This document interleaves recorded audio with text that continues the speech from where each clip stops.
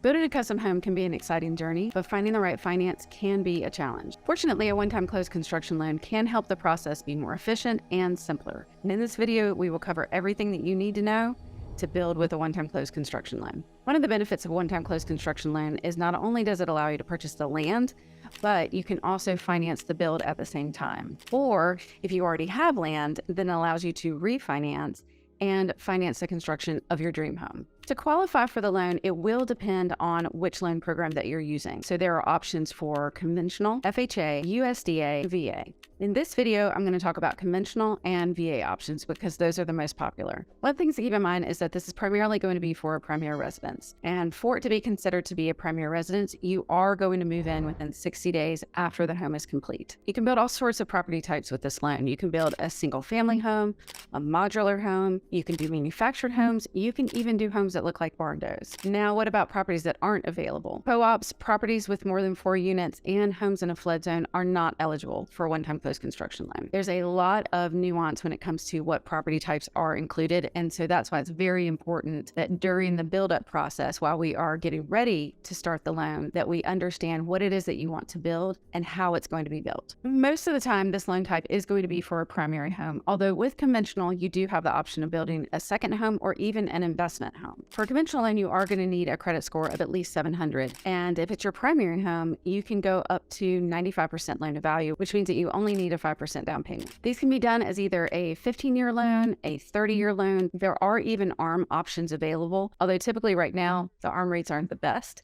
And so most people tend to default to either the 15-year or the 30-year fixed. The nice thing about a one-time closed construction loan is that because it finances that build, once the build is complete, once you have your certificate of occupancy, that loan just converts into being an amortized loan. So here's how the loan works. What happens is that once that budget is established for what it's going to take to build the house and what it's appraised for, that will set the loan to value and your down payment. And then as the home is being built, or if you need funds immediately to purchase the land, it will be drawn off of that top loan limit that you have. The payments are going to then be based off of how much you have borrowed. So with a conventional loan, those payments are going to be interest only during the period of construction. And so as those payments grow, as that loan balance grows, as the home is being built, that's how your payments are going to be affected. Now, if you do currently own a home, you are going to need to qualify with both your current mortgage and what the mortgage on this one-time closed construction loan is going to be, unless you sell your home and either you're in a rental or you have a rent-free option like staying with family. Once the home is complete and you have that certificate of occupancy, then that loan converts into being a growing balance and where you're only paying interest to a regular mortgage. And that'll be an amortizing mortgage, meaning you're paying both principal and interest. So the nice thing is that you don't have to refinance after construction is over. Depending on where rates are at the time, you may want to refinance because it might be a great opportunity to not only get an updated appraisal on your home and see your finished work, but also to drop the rate and improve the payment further. You do have 11 months to build with a one-time closed construction loan. So you want to make sure that the home that you're being built and the builder that you're working with can meet those timelines. With a VA loan, you only need a 620 score in order to qualify. And because it'll be a primary residence and it's a VA loan, it is 100% loan to value, meaning that a down payment is not required for this loan type. And believe it or not, you can actually borrow up to $4 million for this loan type under VA. So you could build a custom home up to $4 million using the VA OTC loan, and it's still 100% loan if you have full entitlement. If you have VA questions, I have a whole playlist here with VA specific guidelines and tips and things that you need to know. What's also different with the VA one-time closed construction loan is, unlike the conventional, there are no payments while the home is being built. Those interest-only payments are actually going to be rolled back into the loan, and that's one of the unique features of the VA one-time closed construction loan. Now let's talk about the process. The process for one-time closed construction almost works reverse of how it does when you're shopping for an existing home, because a lot of times you're looking at an existing home based off of what's available in the market. So it would make sense that you're trying to find the land first and then deciding on what you're going to buy and who's going to build it. However, most of the time we really need to do the build-up work first first to make sure that you're ready to go shopping for land. What that will look like is the initial conversation is going to be a pre-approval. So that's going to be where we will discuss what your goals are, what your budget is, your timeline, and all of those things, and all of the things that you have learned, like watching this video. But what we will do is that is a normal pre-approval process. It's just that we have this loan type in mind. So that's where we're looking at income, assets, your credits, employment history, all of the normal things that we would look at during the loan. And understanding what your target payment is, what your ideal payment is for your budget, and also what homes maybe are going to cost in your area to build. The result of that will be a pre-approval that gives you a budget. That budget is meant to be an all-in budget, because if it is a purchase where you need to also purchase the land, that loan limit is going to need to include the land, the loan, and any of the particular loan fees that are associated with this loan type. From there, the next step is deciding what is it that you want to build, as far as how many bedrooms, what square footage, what is it going to look like? Again, barns are really, really popular with this loan type right now. And we need to talk about as far as how is it going to be constructed, because your typical pole barn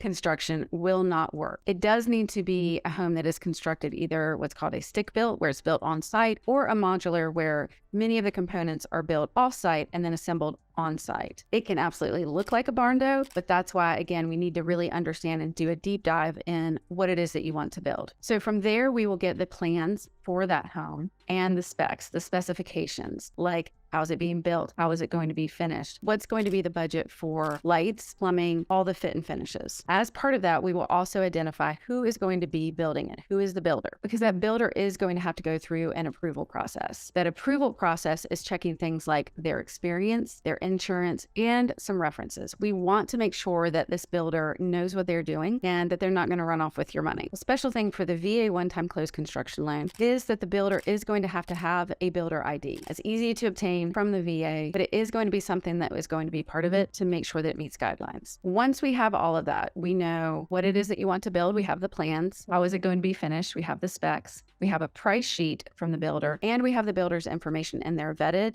Then we are ready to start shopping for land. The reason I say it in this order is because most of the time when you're putting a property under contract, you'll typically have a contract for around 30 to 45 days. That's usually not enough time to do all of this prep work, because it's going to require paperwork. It's going to require conversations and refinement to make sure that what you want fits in with the budget that we've set. When that work is done, then you're ready to put land under contract. What then will happen is we will go ahead and get that contract, have the information from the builder on your construction, pair them up, and have the property appraised as if the home was already built. That will confirm that the home is worth the build cost. From there, we will then be locking your rate, getting any kind of documentation updated like pay stubs or bank statements, again, with all of the prep work done, but where you're under contract on the land to being closed and ready to start building will typically be about 45 to 60 days. Once the loan is closed, that's when you'll be able to begin construction. An important piece of this is even with conventional, if it only needs a 5% down payment and VA doesn't require a down payment, there are going to be closing costs associated. Also, a builder may require their own deposit that is in excess of any down payment that's required. That's why I suggest that if people are looking at this option, even if, again, it's a zero down VA loan, you want to have at least about $5,000 to $10,000 set aside for this process, possibly more. And during the pre-approval process, we will get into the details so you know exactly what you need. But it's important to understand that just because there's no down payment needed does not mean that funds won't be needed to make this possible. During the construction process,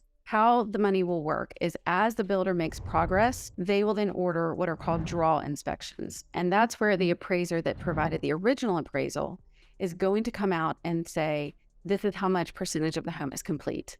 Let's say that the loan is $400,000 and 25% of the home is complete.